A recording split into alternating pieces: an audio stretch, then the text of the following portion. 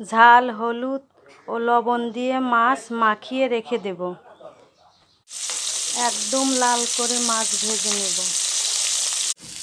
পেঁয়াজ দেব,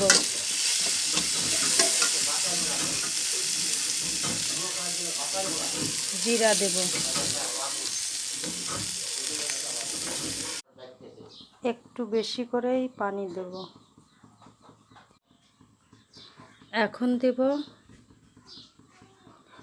হলুদ, লবণ, একটু ঝালের গুঁড়ো।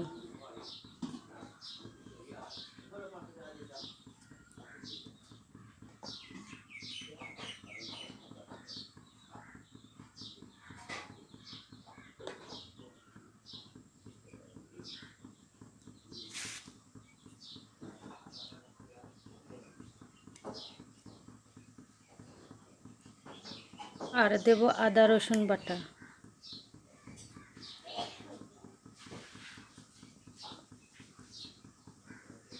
গরম মশলা, কাঁচামরিচ বাটা। তারপর বেশি করে কষাবো।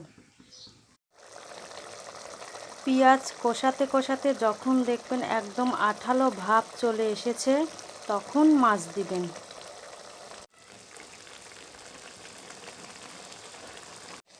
পেঁয়াজ যখন একদম আঠালো হয়ে লাল হয়ে যাবে, তখন নামিয়ে নেব। তৈরি হয়ে গেল আঠালো মাগুর।